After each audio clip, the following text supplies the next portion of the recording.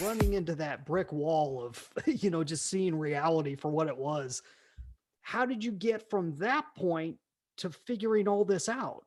How did you come across that? It Well, was a lot of trial and error, or what? that was my trial and error right there. I had enough. I was like, I'm done with this. Wait, I'm not going to treat myself like this ever again. Felt myself, I was abused, Mm. mentally abused. I felt like disgusted. I quit my job. And I said to myself, that's enough is enough. If this has happened to me right now, it's probably happened to thousands of people all over the world, millions of people who don't even recognize they're being treated this way. And I literally sat down and came up with my approach that basically became a bomb in the industry and revolutionized everything and really helped people see the truth. And that's why I created my unlawful game system, which we can talk about today and share with you insights and ideas and help people who are also experiencing this every single day, losing tons of money because they don't know any other way of doing it. So tell us more about the unlocking the game. Sure. There's sort of like three core principles behind the system. And I want to clean out the mental hard drive that your listeners probably have right now around what they believe selling is, so I can pour in some new ideas here because it is a mindset shift. And the first core sales myth is this one. I'm sure you heard this one before, that sales is a numbers game. That's a pretty common myth where the more contacts you make, the more sales you're supposed to make. That's the concept, right? Because the more people you meet, the more phone calls you meet, the more demos you have, well, miraculously, somehow it'll trigger out more results. Mhm. What we discover in this day and age now in this economy, it's not about how many contacts you make anymore. It's about how deep you go on each conversation, how good you are at trust building, not how good you are at how many contacts you make or how many meetings you have or how many demos you have. Is the opposite of how people view the process.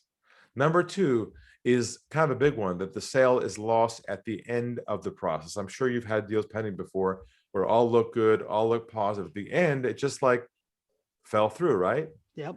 So Absolutely. we discovered in our research that the sale is not lost anymore at the end of the process.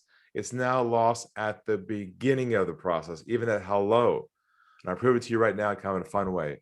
If someone calls your office tomorrow morning, you pick up the phone and you hear, hi, my name is, I'm with, we are a, what goes through your mind in about 3 It's a seconds? salesperson.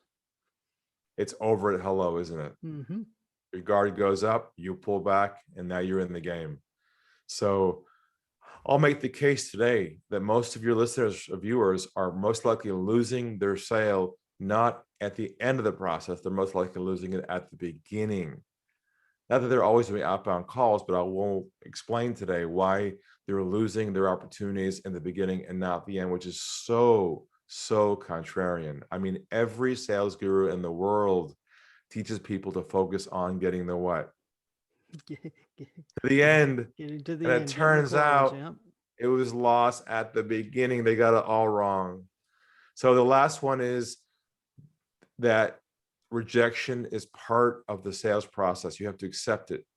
If you aren't thick-skinned enough, if you aren't tough enough, if you can't take a no, you're not made for success. That came from the old crusty sales manager who said, hey, it's part of the game. Get back out there. Don't give up. Be persistent. Just keep going. Well, guess what we figured out? We figured out that rejection is triggered by certain things and say you do unconsciously that causes the other person to push back on you, put their guard up, and force you to chase them. And I'll share with you some of those triggers today and your listeners, and it'll blow their minds to realize after all these years, experiencing the pain of selling never had to happen. And they were the ones triggering it. Fabulous. Fabulous. Tell us more about those triggers. Sure. All right. So what I'll do is I'll share with you some of those triggers underneath the principles. I'll share with you around what we do and how the system works. And I'll also share some of what we call our trust-based languaging.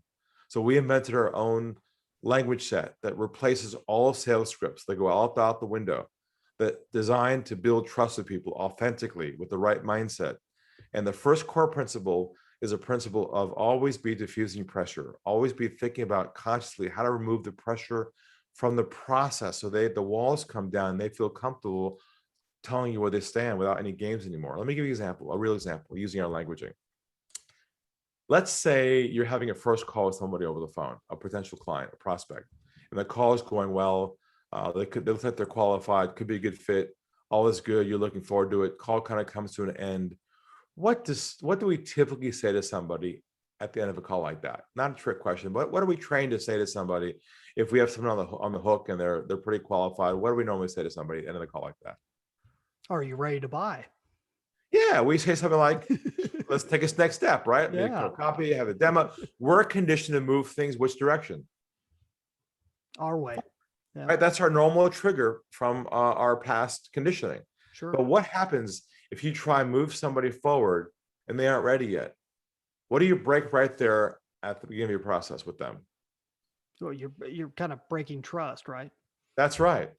That's what happens. So let's reverse it. Same scenario. All call is going well, call comes to them. Rather than saying, hey, how about we go to the next step? What we say instead is this, based upon our approach and our mindset. What we say is this. We say, where do you think we should go from here? And I'll say it again. Where do you think we should go from here? Now, how does that change the dynamic of the moment? So it makes them willing participants in the process, right? So you're shifting the power over them. Yeah. And usually when you say to somebody, where do you think we should go from here? They're usually in a state of shock.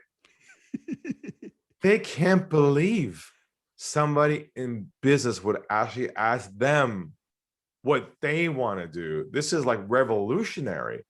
And you know what's funny is when you say this to somebody, usually they say things like, I've got one more question. Or what about this? You know what comes out all of a sudden? What comes out is the truth. And that is your goal. Your goal is no longer to focus on making a sale anymore. Your goal is to focus on the truth of where they stand. Because you don't get that from the beginning. You chase ghosts your entire day. Your whole pipeline's full of people who express interest, but you know they never convert. And that's the game we're stuck in. We're stuck in this dysfunctional, conditional, brainwashed process that we think is our reality, but we're the ones creating because we don't have any exposure to realize we're the ones causing that to happen. And that's our core principle number one, is take the pressure out using our trust-based languaging. Now, what did you notice when I said, where do you think we should go from here? The way I said that. That you've slowed down so to make sure they're paying attention and to really let it sink in that it's in the ball's in their court now. So one of the triggers of rejection is languaging, the words that you use, right? The other one is momentum. So when you say, hey, where do we should go from here? It's over. But when you say, where do you think we should go from here? Which sounds very, very slow because we're so hyped up to move things forward. But when you slow things down, human nature is to step in and engage. When you speed things up, that creates momentum. Momentum creates pressure, and pressure slams back on top of you. So part of our shift is lowering your voice, slowing down, and becoming a human being again, and get out of your robotic process and take the sales armor off of you that makes you inauthentic with people and shows you really care about yourself and not them. For full conversations, go to bjpchats.com.